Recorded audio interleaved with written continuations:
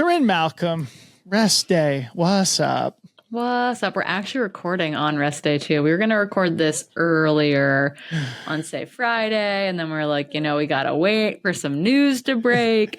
And so here we are on a Monday midday, bringing you the hot news. A little bit of a delayed emergency podcast here, and we're going to try and turn this around and post it immediately. Big news in trail running in free agency. Obviously, there's been a lot of races that have happened since the last time you and I caught up, Corinne. There's some big races on the horizon that we're going to talk about before we close down today. Starting with free agency, starting with Riley Brady, a person who many people saw as, the most coveted free agent on the market and somebody who very much deserved their big breakthrough opportunity in terms of being supported by a brand, officially going to Nike. Corinne, reactions on Riley? Talk about patience, right? You and I both know that they've had offers and opportunities, but weren't the right fit. Either the product didn't work for them or the brand didn't have enough of a marketing budget to actually work together in a way that felt meaningful to both parties. That's a big deal. And there are so many individuals, myself included, who have taken contracts that were not, were basically glorified ambassadorships, or where the product really might not have been perfect for me. There are various iterations of that. And Riley was incredibly patient to wait that out. I do feel like I'm a little bit of like the FBI because y'all, your stories and your Strava photos, generally when you're running with a friend and they tag you in things, is how I find out who is running for anyone in advance, or at least my suspicions get confirmed quickly. So that's how the whole Tom Evans ASICS thing came to light, because his friends were tagging him in Stravas. Yeah, exactly. Chris Myers had some Strava tags from Mr. Justin Grunwald that were a little premature. I remember Rod Farvard last summer. Everybody was doing their internet sleuthing. Yeah, it's been a pretty big deal. It is cool. Like Riley, I noticed a photo with Amanda Basham where the hat was intentionally backwards. And then Amanda posted a video running with Riley. And I was like, that is a Nike Trail Team hat. And I don't know that they just went and bought that. So I was like, I've got feelings. And then they teased some photo shoot content. And I was like, I know those tights anywhere. Yeah. That is some Nike kit right there. So I am so happy for them. What a great fit. It's one of the two brands that they really wanted to work with from having enough product, a variety of product that was going to work for them. And after winning back-to-back golden ticket races in a road super shoe, what a perfect synergy for them to all work together moving forward. Yeah, so Riley had won both Javelina and Black Canyon wearing a pair of Vaporflies, I think. Yeah, full-on road super shoe marathon racer. Yeah. So time will tell whether at Western States, whether Riley is going to pull the Vaporfly out or the Ultrafly. So, or maybe there's going to be some sort of a prototype. Yeah. Well, yeah. I mean, a lot of those athletes are in the Ultrafly 2. I think Rachel Drake wore it at Western States last year. It is Caleb Olson at Transgrancanaria, which we'll talk about here in a bit. Exactly. Drew's raced in it a couple times. So it is a shoe that has been on those athletes' feet. It is part of that shoe industry, right, where athletes are generally in the shoe a year to 2 years out. I know that shoe developers are already working on 2027 models of things. And so it's like those athletes are getting that first touch, first look. So maybe we will see an actual trail super shoe on Riley Brady's feet at Western States. Well, the word that you used, I think, is perfect, patience. And I actually have already drafted a newsletter that I'm going to send this afternoon where I make this point too. Again, evidence that you and I are often on the same wavelength here, Corinne. Patience was a virtue for Riley. Patience paid off, probably in giving Riley more leverage in this conversation. Of course, if they would have signed a contract just before Javelina, for example, they would have much less to hang their hat on. Or even 2 years ago, right? Because they've been in the conversation. It's not the first golden ticket they've won. So they've been in the conversation with brands for a couple of years now, and it just hasn't, again, that's long-term patience. That's not like waiting for Javelina. That's like we've waited years for this to be a truly good partnership for them. And that is, to me, that speaks volumes. Yeah, it's good for Nike too, in that they lost Francesco Pupi to Hoka at the end of the year. They lost Baptiste Chassain, the second place finisher at UTMB, to On, but now securing one of the top talents in the world at the moment, who is definitely going to be one of the top contenders at the Western States 100. Of course, they are going to love having a swoosh in that conversation leading up to Western States in June. Another thing I would love to get your 2 cents on, we've been in touch with, both you and I have been in touch with Kelly Newland over the last several days, both about Riley and other things. Kelly has sort of positioned herself as the leading agent in the sport at the moment, securing deals for both Riley and Tara Dower. Do you want to give the listeners a little insight into those combos or agents in general? Yeah, I like it. I do think that it brings a degree of formality to those conversations. A lot of brands do want to talk to the athlete and they have to hit it off with the athlete, but being the athlete, being like, hey, I haven't been paid yet is like kind of a hard place to be in versus like having someone be that go-between because it is business. We've talked a lot about that. We've talked about that a lot in both directions. And when people are like, I hate when people say it's business. It is. At the end of the day, it is business, right? It's contracts athletes aren't being fired. Their contracts are either coming to an end or a new contract is being signed. It is business. And so I think having professionals handle that is a big deal. I think we're going to see more letters of intent because that has been one of the biggest things, is that athletes are kind of strung along by like the potential if the marketing budget is going to come into play. That's been a big issue for a lot of folks. So I do think that having someone like Kelly, an agent in your corner, is really important. I know that there's only so much Kelly can do, though. That woman is probably overextended and overworked. But she did text me. And it's just a Riley side finished. hustle for her. Still. Just a side hustle. Of course, Rad Boulder. Kelly is the best. Feeding the pros. Exactly. Providing sustenance and nourishment for the top athletes in Boulder, Colorado and beyond. Yeah, Kelly did text me when Riley won Black Canyon and was like, tell Riley to call me. And I was like, they'll be calling you. So happy to see it actually come together. Shout out Kelly. I'm assuming she's only going to get busier on that front. And she is very well positioned, and knowing her personally, it feels like she's made to serve that role for athletes. And I think she can do a lot for people like Riley, like Tara, and like a lot of these up and coming professionals in the sport. Moving to Sabrina Stanley. This is why we didn't record on Friday, because we had to wait for this announcement to actually hit the internet. I have heard rumblings about this for the past couple of months, but was skeptical. I was reluctant to believe the rumors, but the rumors are true. Sabrina Stanley signing with OnlyFans, and this, as it relates to, or in comparison to Riley's deal, is much less traditional. So I think it demands us to talk through it for a little bit of time here. I think my top line is that we can be honest about the fact that this is a very different model, and OnlyFans occupies a different position in people's minds than, top tier professional athletes. So for our viewing and listening audience, for those who are unfamiliar with OnlyFans, it is a platform that allows talent to monetize their audience via subscription. Most of the people who use this platform successfully are what we would call adult entertainers, people whose content and material is not safe for work. A little spicy.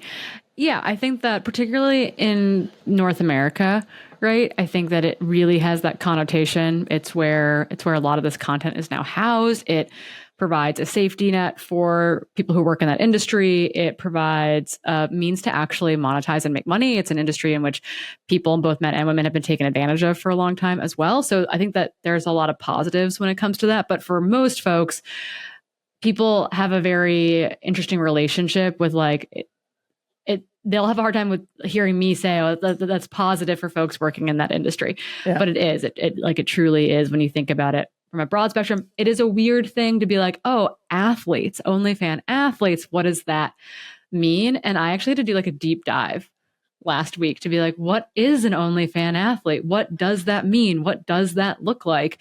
And it's Sabrina is the first trail running athlete, but not the first athlete. No, joining a stacked deck of athletes. They've got this spans the globe. We've got Olympic medalist and pole vaulter Alicia Newman out of Canada. You've got Olympic bobsled champion from Germany, Lisa Buckwitz. You've got downhill mountain bikers like Stefan Garlicki, golfer Liam O'Neill, you've got UFC fighters, you've got boxers like Hugo Metcalf and Lorenzo Simpson, you've got golfers, Isabella Delitz, you've got speed skaters, you've got skiers, you've got Robbie Mason, a rower out of Kiwi, you've got divers.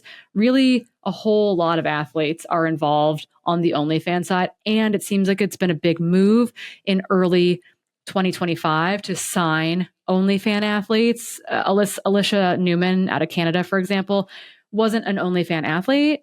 She happened to start an OnlyFans because she was like, well, I want to interact with my fans in a safe way. I want to create content. I want to make money because I can't imagine a Canadian pole vaulter makes a lot of money despite being an Olympic medalist. Supposedly, Alicia Newman made $1 million in 2024 via their OnlyFans account. And that's incredible. That is incredible. And it feels like, you know, a Patreon for athletes in a lot of ways. And while there is some cheeky content from some of these individuals, while there might be some thirst traps from some of these individuals, it oftentimes is like them in the gym and them and their training and like doing a live stream talking about their nutrition. It's not pornographic, I guess is what I want to say. And it truly is a lot of just athletic content where they are having one-on-one conversations with their fans, where they have control over a bunch of that. And so it effectively gives them the opportunity to monetize their fan bases. We've talked about this for a long time. We've talked about this jointly. Like, I would love to give Courtney Dauwalter $100. How do I do that? So I had an idea about this, and I've talked about it on Second Nature a couple of times. Effectively, the Patreon for outdoor, which is the playbook that OnlyFans is running here. The way the idea came to my brain was before UTMB last year, I was, of course, going through everybody's Strava accounts, trying to determine who's the most fit, who's done all their laps around Mont Blanc. And I was specifically looking at Tom Evans, who, of course, is known to be the guy who leaves no stone unturned, which always makes it entertaining to look through his training. And, of course, Tom doesn't like to reveal all those trade secrets. So I thought, if you could pay $12 a month to see Tom's trade secrets, how sick would that be? I would pay, right? And so that was my idea. Is like, if Tom did a Sunday night live stream every week where he talked about what he did during the week and why, using his unique talents as a communicator, I would absolutely be a paying customer. So the question is, as it relates to Sabrina and any other people who follow in her example here, does OnlyFans, the brand, prevent people from maybe interacting with their material? So, for example, the newsletter that I have written, using myself as the example, is like, okay, I'm a happily married dad. Would I download the OnlyFans app? Would my wife allow me to download the OnlyFans app, saying that I'm just trying to keep tabs on various trail running creators, Sabrina Stanley and otherwise? Maybe not. Probably not. That's the interesting thing, right? We do have athletes monetizing things like Substack, for example, where it's free to subscribe, but you can also support them more. You and I were talking before we hit record. Well, like, why isn't Substack doing this? Why isn't Patreon doing this, where it's like an athlete focused platform revenue?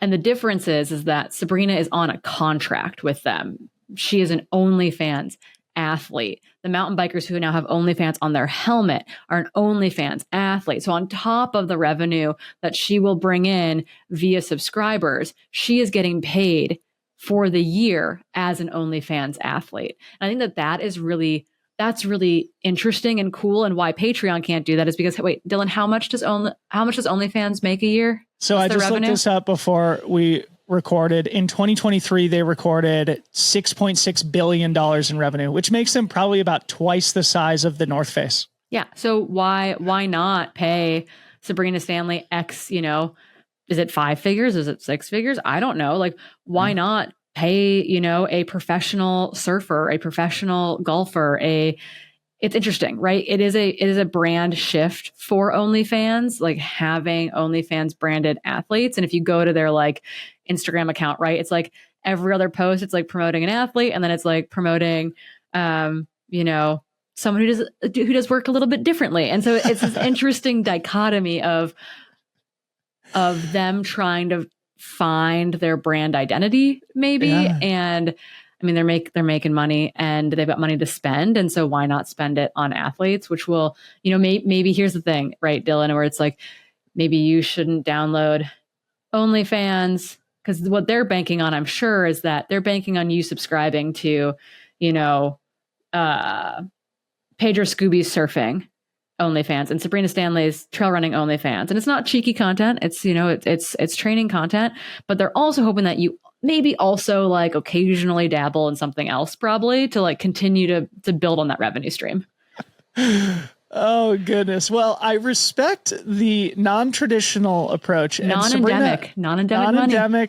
Sabrina does work with an agent too. It's Surveyor Sports Management. I don't know the individual's name off the top of my head, but they publish something on LinkedIn too that I'll make sure to link in the show notes. But again, yeah, appreciate and respect the fact that this is non-traditional. It is an innovative approach to athletes building careers in the sport that makes them less reliant on brands, that allows them to use whatever products that they want. But yeah, I just question whether there is a critical mass of people who would engage with OnlyFans in the same way that they would a Substack or a Patreon or a Twitch or these other subscription-driven media software. It has to fit their brand identity, right? And most of the athletes that are working with them have either the sport or that athlete has that edge, I want to say, because you got to have a thick skin. I mean, one of the very first, I think Sabrina pinned. Here is the Sabrina Stanley move. A troll came to her Instagram announcement to be like, ew, or something. And Sabrina pinned it and was like, thank you for boosting my engagement, troll. And I was like, that is the person who can be an OnlyFans athlete, because you have to have thick skin, I think, because you're right, the sport and people are going to react in different ways. And she is doing her in the most Sabrina Stanley way possible. And totally. I'm not surprised. Like, I think it fits for her. And Kelly and I had an exchange about that as well. Kelly Newland, about OnlyFans reaching out to a number of athletes that she manages and it not ultimately being the best fit for those athletes. It has to be the right fit for the right athlete. And I think here again, this is a good fit for Sabrina Stanley. And I'm really excited to see what she does with it. Yeah, no, I 100% agree. And I have been in communication with Sabrina's agent, and I think we are going to do a podcast about this and other things when she's done racing in Argentina in a couple of weeks. So shout out to Riley and Sabrina. A couple other pieces of news that were announced last week. We can just button these two together. Kat Bradley goes to Satisfy. Jazmine Lowther goes to Arc'teryx. Corinne, reactions on those two? I think they're great fits. We accidentally knew about the Arc'teryx stuff early. It's now official. I saw some moth tech on Kat Bradley maybe 6 or 8 weeks ago, and I was like, I bet she's going to Satisfy. So happy to see both those announcements come out. Again, I think they're really great fits for those athletes. It engages with their audiences super well. It fits their personal brands that they've both spent time building in really like concerted efforts. And so I was very, very happy to see both those announcements finally be very public. Yeah. Jazmine Lowther especially, I feel like, is a big move. I mean, Arc'teryx stealing Jazmine from the North Face. Jazmine, of course, a Canadian. I think Jazmine's racing Chuckanut this weekend, so we'll get a chance to see her decked out in her Arc'teryx kit. But I love that brand. It's, I think, just the quintessential high-quality premium outdoor brand, and I know they are making a concerted effort to make a push into trail running, as everybody is, it seems like, at the moment. And leading that charge on the athlete front is Jazmine Lowther, who I definitely think is the type of person who can be competing for these Trail Runner of the Year type spots. I got to see her race at Speed Goat last year, where she just dominated and was so impressive. I think Jazmine is racing Canyons also, where she won a couple of years ago. So that would indicate that potentially Jazmine is vying for a spot at Western States. Well, remember when she got that golden ticket, and then she couldn't race. Yeah. Love to see it. Yeah. And Kat, she's just had such an interesting career arc as an athlete, coming out of nowhere and winning Western States. I remember back to when I had her on the show. It's been a few years now. She made the comment that 6 months before Western States, she knew she was going to win. One of those just like goosebumps sports feelings of just an athlete who is just in a special moment and they're just primed to do something that nobody else expects from them. I know it's been up and down for Kat since then, but she always keeps a great attitude, always contributes something special to the sport. And I think with Satisfy too, it's not about race results necessarily. Obviously, Kat still has great results, I think, in her legs and ahead of her. But she contributes in other ways, and Satisfy, I think, always identifies people with that unique personality. So yeah, I think top to bottom between Riley, Sabrina, Jazmine, and Kat, all great brand fits for their new respective partners. Totally. Can we? This is brand adjacent, but not brand news. Can we just quickly give Mike McMonagle and Leah Yingling a shout out? Leah's pregnant. They are due in August. They just posted publicly about it over the weekend. They're in month 4. Baby boy coming in August, and just so freaking excited for them. I did text her immediately and said, hell yeah, lifetime deferral. Let's go. Yeah, because she'll have a pregnancy deferral at Western States and Hard Rock, right? Yep. Good job. Just so freaking stoked for those two, and can't wait to give her a squeeze sometime soon, I hope. Yeah, congratulations to Leah and Mike. I can't wait to see the baby pictures that Mike will undoubtedly capture in his special way. Yeah, Lupin v. Baby. It's going to be a big kerfuffle in that household. Being they're a cat family. I just wanted to give a shout out to those two because it is fun news in the trail running world to have more trail babies coming down the pipeline. I'm glad you brought it up. So pivoting to race results now. Going back a couple of weeks, Transgrancanaria happened in the Canary Islands, third race in the World Trail Majors, something that has always been a big season opener type event for European athletes. Caleb Olson went and freaking smashed it wearing those Ultraflies, those Ultrafly 2s, I think it was, in battle. Coolest. Go ahead. Sorry. And so the coolest part was that he timed a Substack to be released during the race. Did you catch that? No. Yes. Tell me. Oh, so Caleb Olson writes one of the better running Substacks, I think, from an athlete perspective. He's really thoughtful. He's really well written. It's great, but he timed a release of his Substack for when the race was happening about like his game plan and how he was expecting the race to play out.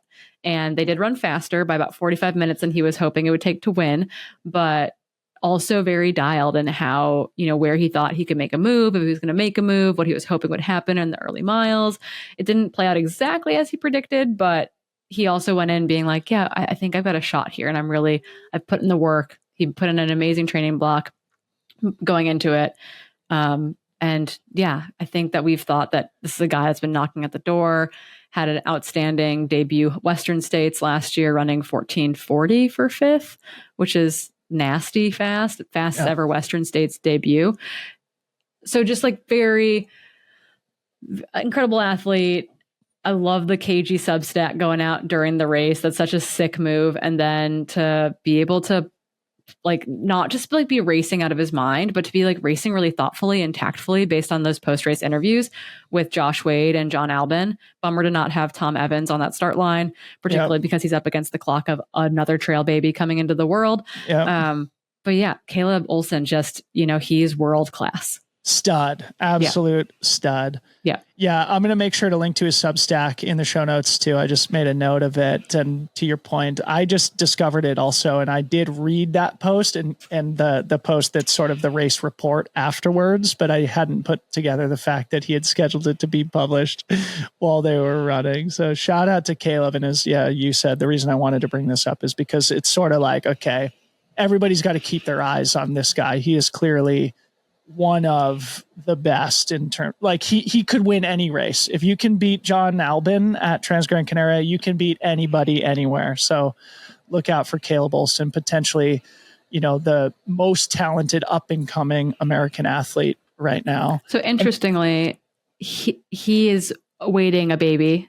Morgan, his wife, is due. The whole Salt Lake crew. It's like they're all having. I love it. I love the pregnancy pact. Everyone in their trail crew is having a baby. But what is interesting about him and kind of looking forward schedule wise is that he's not sure. Can he really race Western States with a 6-week-old? Is that really practical? He would love to race Gorge and make the Worlds team. He'd just love to make the Worlds team and not race again until Worlds. So really curious to see what happens there on that front as far as where he races next. And the women's race was also phenomenal in the sense that Henrietta Albin took the win. Both Henrietta's time and and Caleb's time were some of the fastest times ever run on the course. They did think that this course was running about 10 to 20 minutes faster than maybe some of the previous courses, but Caleb went well under Pow's fastest time. 25 minutes faster. Yeah, so likely the fastest time ever, independent of course changes. And then Henrietta's time was only second to Courtney Dauwalter's 2023 crossing of the island, which was the fastest time ever. So, and Henrietta felt like, in my mind, it felt like Henrietta was alone for so much of it. So just really cool to see her come away with such a great victory, but such a fast time run basically solo, it felt like. Yeah. Double podiums for the Albin household. Shout out to Henrietta on breaking the tape in first place. Behind her, Claudia Tremps, a great Spaniard. And then in third place was a Slovenian athlete I have never heard of named Martina Klanik Poturk. I think she's an on athlete. Cool. Yeah. So anyway, and that was just the long race. Jen Lichter won the marathon, I think, for the second time. Francesco Pupi. Did you see the video of Pupi at the end? And Robert just like duking it out over the final 800 meters. That was the pass was absolutely incredible. It was chaos. I mean, it was beautiful. It was dominant. It was convincing. 18 seconds, 16 seconds, I think was the victory margin there. Yeah. Really, really cool. Jen won by like 7 or 9 minutes, something like that. Just chef's kiss, athletes. Chef's kiss. That race is so fun. Have you been to Transgran? No, I've been to Madeira twice. I've been to Transvolcania twice. So clearly Transgrancanaria is like the next island race option for me. I love so the good. Classic. The classic would be super sick. So good. That's a great race. So now I want to just talk about the Run Through Time marathon that happened in Salida last weekend. We weren't necessarily anticipating talking about this, but I feel like we have to, because contrary to Transgrancanaria, the Run Through Time marathon is very much a local race, although people who live in Colorado, whether in the mountains or on the Front Range, have long used this as an early season rust buster. And this year it was another competitive early season race. Courtney Dauwalter makes her season debut, winning on the women's side. Jeshrin Small winning on the men's side. Salida, Corinne, comments? It was a good little race. John Ray was in the race, taking second. I think Imogen was second on the women's side, followed by Hillary Allen in third. Just a not a sleepy little race, but just a kind of a locals event that a bunch of the Colorado folks threw down in. So that was very cool to see. Yeah. The reason I wanted to bring it up again is because it's like one of these races that probably most people listening have never heard of, but yeah, it's a race that I think people in Colorado hold in high esteem. And I also just wanted to talk about Jeshrin really quick. My prediction is this year is Jeshrin's big breakout year. We'll remember he won the Black Canyon 50K a couple of weeks ago, now taking home another win here at the Run Through Time Marathon, finishing 5 minutes ahead of John Ray, who himself won the Red Hot 55K a couple weeks ago. John Ray and Caleb Olson, I think, are both coming to the Gorge 100K. So it seems like they're both obviously in good form. But Jeshrin Small, I don't know. He's put a couple on the board already here in the early days of March that indicate the kid's on form and might be on the doorstep. CCC this year, right? I think he's finally finally. I feel like he's run long and actually then went back down to short and is now working his way back up because he's one of those Western college kids who ran really far and then was like, oh, I should step it back and then rebuild. I want to say Jesh is supposed to do the 100K at CCC this year, which would be really cool to see, I think. Dude, he's still only 26. Just a baby. I mean, when I met him, he couldn't drink. Like when I met him at our first team camp, I was like, you can't drink. Like you're 20. Like show me your ID, kid. Yeah. Yeah, he's come a long way, and he's really the most shown experienced 26-year-old in the game. That's for sure. He and Shaq Wilano. Yeah, there's like a couple young guns that are coming for our jobs, Dylan. Let's see, Corinne, fill some time. I'm going to pull up Ultra Sign Up and see if Jeshrin signed up for anything else right now. I guess, I don't know. I'm excited. We are in race season, right? This is the time of year where we're getting fired up. We got some races to talk about as well as we think speculatively about the future. We've got Chuckanut around the corner where you will be pinning on a race bib, I hear, for your first ever Chuckanut 50K. It was my first ultra ever back in 2016. So that's I'm so pumped. Soft spot in my heart for that race. All right, before we talk about Chuckanut real quick, Jazmine Small, the only ultra sign up update I can provide here in terms of where he might be racing next is the Broken Arrow 46K, where he will probably be vying for one of those short trail Team USA spots to the World Championships. Yeah, and then September. I imagine he'll either be in something short at Canyons or short at Lake Sonoma. You know what? He is on the Canyons 50K start list too. Yeah, that Canyons 50K start list is nails. And fire. You and I are going to be trailgating. Actually, our can we talk faces about off. this real fast before we dive into the race previews for Chuckanut and Chianti? Yep. I am kind of pissed at Canyons because we have athletes currently either fundraising or buying charity bibs to be in the 100K. Right. Because I they're heard not rumors being, about this too. There's not rumors. It's not rumors. Gavin Pryor bought a charity bib to be in the men's race. He was 6th at Black Canyon. How much does that cost? I don't know, $700 or something. Cowgill just fundraised to get Gus Gibbs a charity bib for Canyons 100K. I know of a number of men. I haven't looked at the women's. I haven't been pestering the women about this. I know of a number of men who are on the wait list to be into the 100K who have been top 10 in golden ticket races, who have been 4th at Canyons before, who are currently sitting on the wait list and don't want to buy a charity bib. Yeah. It doesn't It's a super golden ticket race. It is. There are 3 tickets on the line for men and women, and you're not letting athletes in. To me, that is such a mistake. And this happened last year too, where they didn't let athletes in until the very last minute. I know that there's a threshold of number of athletes they can have in the race, but if you are a golden ticket race, and this sounds elitist, I don't care. If you are going to be a golden ticket race where you are giving out spots to the special thing, you got to hold spots for the elites. Or know that you're going to fudge your numbers a little bit to get them in. I think it's insane that you have elites in the golden ticket chase who can't get in to run in the golden ticket chase. Yeah.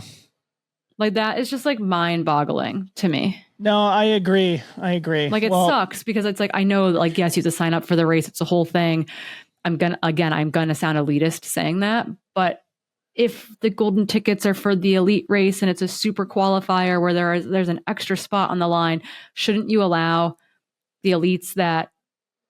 Yeah, especially because it's the last one too. Yeah. Right. So people who take a shot at Black Canyon, and are unsuccessful, having a last minute opportunity to take another swing it benefits everybody. And these are athletes that fans. aren't oh, we've never heard of you before, up and comers. These are people that have established resumes who are sitting on the wait list, unable to get in. Well, the good news is I did just pull up the elite start list here, and I did confirm that Jazmine Lowther is indeed in the 100K for the women, and Jazmine Small is indeed in the 50K for the men. So, and both races are stacked. We're not going to go into that now. We'll do plenty of trailgating around Canyons proper when we get to that. Dedicated to this. Yeah. Okay. Well, that's a good little getting sidetracked there. But coming back to Chuckanut, which is a race that's going to be happening this weekend in Bellingham, Washington, 31st running of the race. So one of the oldest races in the U.S. Of course, the race director is all-time ledge Chrissy Mail. It's going to be my first time jumping on the start line there at this classic race. Corinne, the start list is up on fantasy.freetrail.com. Did you have a chance to look at it yet? I did. Yeah. It is a good little field. It's not even a little field. It's pretty deep on both sides. I think that it's not a gimme on either side. You've got returning champions on the women's side. You've got people who have a lot of experience at this race. You've got previous podium finishers on both sides as well. I think it's going to be, every year it gets faster. Every year it's wow, to be top 15 in the women's field, you had to run something insane. And I think that it will be similar this year. I think it's been wet. It was really wet over the weekend. It's going to be modestly wet this week. So the wet parts of the course are going to be a little bit boggy. The Lost Lake climb is probably going to have some mud on it. Even when things are dry, there's mud there. The rocks on the ridge might be a little bit slick in places. So there might be a butt scooch in your future, Dylan. But otherwise, the course is going to run really well. There's no snow and ice on it this year, which is a big deal. When it's snowy and icy, it really sucks. So it's gonna be a good run. I don't think we're going to have the beautiful weather that we had last year, though, unfortunately. Well, at least we had the good weather at Tarawera, you and I, Corinne. Agreed. But I'm excited. I'm pinning the bib on for the second time this year to actually finally knock out a race I've been wanting to do for 15 years. And I am thrilled to have the chance, rain or shine. A couple of the names just to tick through here. Our boy Will Murray, the surprise of Black Canyon, is going to be doubling back. Hopefully he's recovered well. His fitness is obviously in a good spot to clip off this 50K. Chris Myers also in the field. Trayson Knopp, Matt Seidel. On the men's side, then Jazmine Lowther, we've mentioned. Oh, Gus Gibbs is in the race. Yeah, Chris Brown, he was a podium finisher 2 years ago. So new dad, but has finished on the podium here before. Sarah Beal, Claire Rhodes, Jade Bellsberg, last year's champ, Claire DeVoe, Jenny Quilty. So it's going to be a good little race. Deep on Freetrail Fantasy, but should be not a surprise to anyone. Local, Seattle local, Barrett Gray. Part of that new Brooks crew. Yeah. Yep. New Brooks crew, Blake Slatengren's partner, super fit. I ran with her on Saturday. And I was like, oh man, you're just moving really easy up this climb right now. This girl's got wheels. So excited to see the locals try to defend at Chuckanut this year. Dude, Corinne, yesterday was Sunday. Typically Sunday is Harmony's day. I got the hall pass to go run with the boys yesterday. Whoa. Fernando, Levi, Nick Handel, and others. 16 plus miles. I didn't get dropped, Corinne. Fitness. There's fitness there. It's coming. That's good. Yeah. Honestly, it was so fun. And I've been making the joke that day one of my comeback was yesterday. So I had so much fun in the pack with the boys. It felt like old times, and it felt like, holy smokes, I really need to keep doing this, especially because it did feel like, okay, I was working hard to stay on the pack the whole time and I got it done. So I was like, I'm not that far. I mean, I'm far, but like, well, we know Nick Handel and Fernando can push the pace of those things, and Levi is no slouch, so he might actually have dad strength as well. Everyone else I know seem to think dad strength exists, but I feel like Levi could have it for sure. Yeah, I am the evidence against a dad strength existing. Kirsch would agree with you. I've seen Steve Kirsch out a couple times. He and Emma welcomed baby Lowell into their family in February. And I was like, how's dad strength? And he's like, it doesn't exist, Corinne. I don't know what dad strength is. I agree with you, Mr. Kirsch. Yeah. We can commiserate about that maybe in the Seattle area this week. Yeah, anyway, totally. Chuckanuts this weekend. Can't wait. Always a really fun early season affair. We have a bunch of highlight tapes from old Chuckanut videos on the Freetrail YouTube, or from old Chuckanut races. I think Ryan has made a highlight film from the last 3 editions. So if you're interested in learning more about, they're great. They're really good. Pumped up. In fact, I should go watch all of them just to download a little bit more about the course myself. Yeah. I think I can see you in 6 spots. FYI, I'm really excited. All right. You better be cheering me. I'll be out there. Gassing me up. Oh, I'll be gassing you up. Don't worry. All right. Looking ahead to next week, Corinne, there's 2 big races on the calendar. The Big Alta and also Chianti, a golden ticket race happening in Italy. Let's start with Chianti. This is going to be a freaking big deal. I'm sure you saw the Mesquite Canyon 50K last weekend and those clips that came out of it of Jim Walmsley looking like an absolute thoroughbred, a greyhound in full stride, sprinting in the last couple miles of the race as if he had just started. The dude's fit. Look out. Jim Walmsley is back. I mean, there's always question marks, right? Like, obviously he won Western States last year and then was sort of banged up leading into UTMB. Everybody was questioning whether he was on form, whether he'd even start. He ultimately dropped out. We haven't seen much of him since. He's not a prolific poster, so it's always a question mark about like where he is. And then he seems fit. You know, the thing I love about Jim is he thinks about this stuff too. And he's like, you know, when he shows a card, there's a reason he's showing the card. For example, at the Broken Arrow VK last year, he hadn't raced in a long time. And the weekend before Western States, he just wanted to show people, yeah, I'm Jim Walmsley still. I'm going to finish second behind Patrick Kipneno in the vertical. I feel like last weekend was the same thing. He's like, I'm going to show you a card. Ran 30 minutes faster than the 2017 version of himself. And clearly, a couple weeks before Chianti, Jim Walmsley is Jim Walmsley. Yeah. He's seemingly very fit, and there's some question marks around that men's race. Really excited to see Vincent there. Last time you and I talked, I was like, oh, I got the sweetest message from Vincent, an email just like welcoming me to the Hoka team. There's a big question mark though. We keep talking about trail babies. Killian is supposed to be at Chianti, supposed to be racing for a golden ticket. You keep talking about the legends coming back to Western states. Well, Emily's due imminently with their third child. And I think that is maybe a very small wrinkle in the, does Killian race Chianti or not? Yep. So that's the big question mark that's hanging over it. But if he does indeed race, Killian versus Vincent versus Jim Walmsley, Popcorn City in the golden ticket chase here as we come into the spring months. And what a joy it would be for trail running fans globally to be able to see that face off between those three legends. Yeah, and it's a fast race. I mean, it is a lot of dirt road. It's not a typical like European 120K race. It's, I think, going to run pretty darn fast. And there are a number of other guys on that start list who could be looking to run really fast too. Tom Jolie, British triathlete turned trail runner over the last couple of years. Ryan Montgomery is over there as well. So I just think that if there are any gaps in the field, Jim doesn't need a ticket, right? Right. 2 more tickets on the line. If there are any gaps in the field, if Killian all of a sudden isn't on that start line, that men's race opens up even more. And that to me is also very interesting to keep an eye on.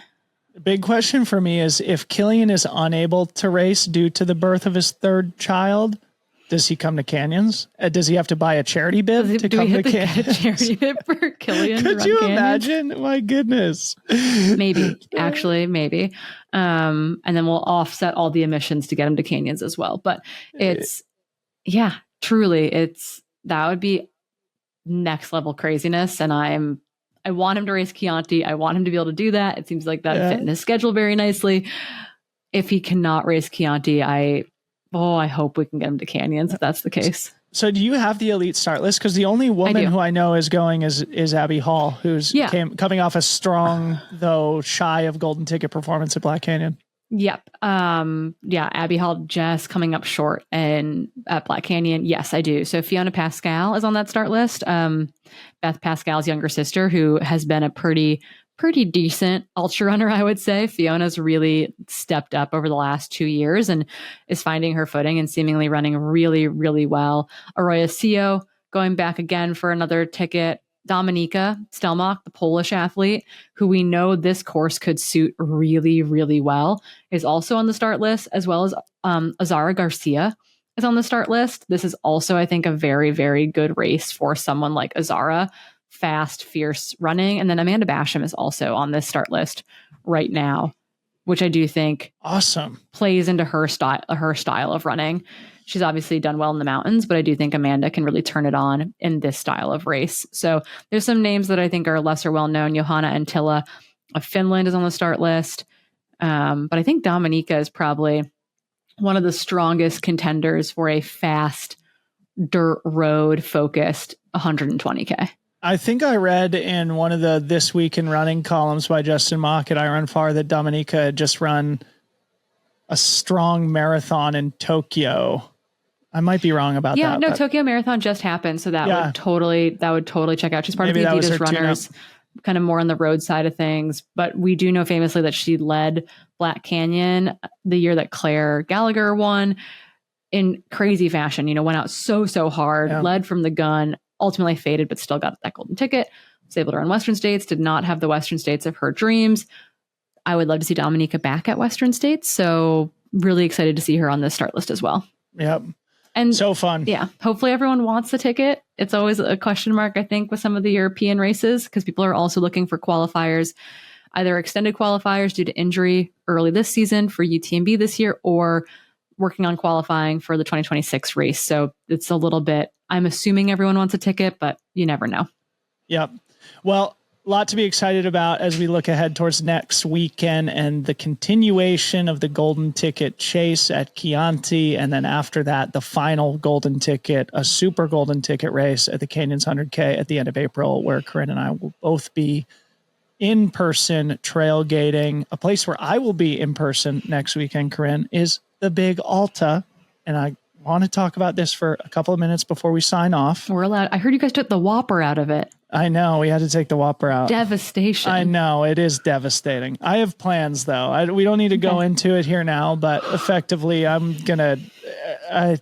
I insist that in the future, the Whopper comes back by any means necessary, even if I have to go rebuild that trail myself. Okay, but just to tick through a few names here. Of course, the Big Alta we had our inaugural running here last year. We have a 50K and a 28K, 50K Saturday, 28K Sunday. It happens literally on the trails I run every single day. We did the broadcast last year out of my garage. We unfortunately are not doing a full broadcast this year due to just inability to secure sponsor funds to offset those costs. But obviously, we're going to be doing a lot of trailgating stuff around it. So in lieu of a full broadcast, we'll be doing daily shows to try and, bring people a little bit of the action. But just to tick through a few of the names in the 50K. On the men's side, returning champ Eli Hemmings coming back. David Roche kicking off his 2025 season. Ryan Becker, Preston Cates, Andrew Bumbelow, Elliot Carden, Remy LaRue. Wow. Tyler Andrews, Brett Hornig's coming. Nice. Boy. So solid on the men's side. Women, Mary Denholm, Tabor Hemming, Keely Henninger, Sylvie Abel, Carolyn Latham, who was in the top 5 last year. I mean, it's solid. That's a solid crew. Solid. Big Alta. And then on Sunday in the 28K on the men's side, Dan Kurtz, Andy Wacker, Darren Thomas, Patty O'Leary, Ben Robinson, Joan De Leon, Freetrail's favorite runner. Cool. Women's side, Tabor Hemming's still on the start list, but she's running the 50K. Lindsay Harper, Anne-Marie Moreno, Tanya Fredericks, Allison Averill, etc. So sick. Big Alta's going to be fun. That's going to be awesome. Yeah. I hope that the weather gods shine down upon you all. As they did last year. Yeah, last year was truly just like idyllic weather at Big Alta. I know. And a little bit chilly in the morning, but otherwise perfect. Yeah. And, you always count your blessings and never expect them to come. So whatever happens, rain or shine, we're going to be very excited to greet and host everybody here on the trails that I run every day. Big Rock Ridge, Loma Alta. The big chicken, baby. Hidden gem here in Marin County. All right, closing things down, I had one little pet peeve monologue to get off my chest, Corinne. You ready? I'm so ready for this. Remember how I was thinking about running the maxi race in early June? You know how it used to be just like this perfect 85K loop around the lake? It's now 100K. Why? I'm so depressed about the lack of 50-mile distance events. Remember when the 50-mile distance was a celebrated marquee event distance in ultra running? It's actually a distance that I feel very capable of right now too, where it's like, I'm not fast enough to like really throw down with the 50K folks right now. And I don't really have enough volume under me to like really do 100-mile right now, but I could totally go stomp an 80K. Yeah. Like give me an 80K. That's all I want. I know. And that maxi race course was just this perfect clean loop around the lake. It still more or less is, but they made it longer. And to me, again, 50-mile distance feels a lot more approachable right now than a very mountainous 100K. I mean, the difference in that 20K is probably 3 hours for me. So it's 5-6 hours for the back of the pack to do the long race. Also, just like let races be distances. Like, why do we have to do like out and backs to get to 50K or 100K or 100? Like, give me races that are 74K. Yeah. Give me races that are 55K. Give whatever. Just like make it go from point A to point B or make it go in a circle. But like, I hate that it has to be this like perfect 50 miles, perfect 100K, perfect, which is 62 miles. Like, it doesn't make any sense. Like, why do we like have to have these contrived distances when really it's just like make a story arc make sense, make a aesthetic course make sense. I miss the 80Ks. remember the time, I mean, when you were just coming into the sport and I was a few years into my career, obviously Lake Sonoma is still around, still a prominent race, but the North Face 50 Mile Championships was one of the best races in the world. Yeah. And then like you had Leona Divide and Ice Age were prominent, and they were even Montreal Ultra Cup, now Golden Ticket events back in the day before the Western states changed their qualification policy. I was going to say, is this the fault of, sorry, Western States Board, is this the fault of moving away from the 50-mile qualifier to the 100K qualifier? Yes. Minimum it at Western is. States. And you can understand why race directors would make that decision, because having a Western States qualification is guarantees a big, you sell out. attractive. Yeah, it's an attractive thing to get people to come do your race, where if you're an independent race directing outfit and you want to start a 50-mile race, you may not get as much attention from White River 50 mile. Yeah. Like now it's like Templier still exists, obviously, and Transvolcania is a 74K and it's point to point on an island. But yeah, a lot of the like heart and soul 80Ks don't have the same pop they used to have. Yeah, and it's such Squamish a good distance. 50 mile. Amazing. Yeah, because obviously it's a little bit longer than a 50K. It takes a little bit longer. It's a little bit slower, a little bit harder, but it's like not even close to a 100-miler. Yeah, I can wrap my brain around it, which is like a threshold. You could run, like a fit person could race 4 solid 50-milers a year and maybe 1, maybe 2 good 100-milers a year. Yeah. So anyway, bring back the 50-mile distance. That was my rant, Corinne. How did I do?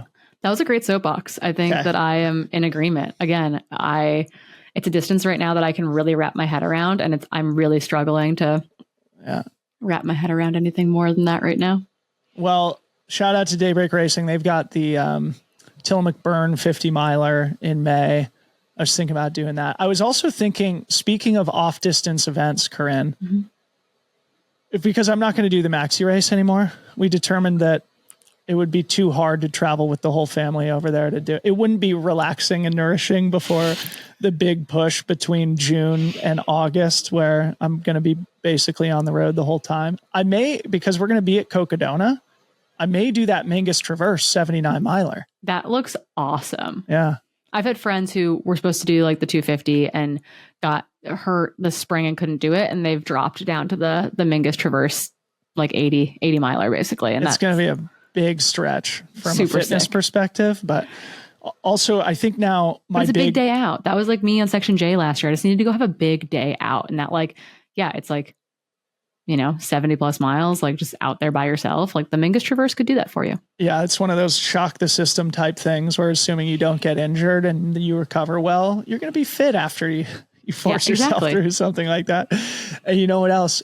In my big athletic goal for the year, I think now, me and Fernando are going to do the JMT in fast pack, in fast pack style. He's already done it a couple of times, so he's going to kind of show me the ropes. He's going to bring you along. This is how Dylan signs up for Cocodona 250. I am so here for it. That's totally the Cocodona pipeline, isn't it? The only race, race I'm signed up for, Dylan, right now is what? What's the only race? The Mammoth 200. All right. Look at us moseying off into retirement. Pushing us out on an ice floe, 1 200-miler at a time. Send me to the glue factory. Corinne, always great to catch up. Did we miss anything else you want to talk about? No, I think that's great. I just love that we're always ending on such an optimistic, positive note about our futures. Well, I got to say, I'm so pumped about running right now. After that little group run that I did yesterday, and I got a 50K in at Tarawera. I got a 50K this coming weekend. Like, this is the most momentum I've had in my running in 3 years. You're going to have more after Saturday, because I'm going to be chasing you around that course, yelling at you. I can't wait. All right, great. Awesome. Well, good to catch up, Corinne. I'll see you this weekend. Thanks for coming back on the show. See you soon. Bye.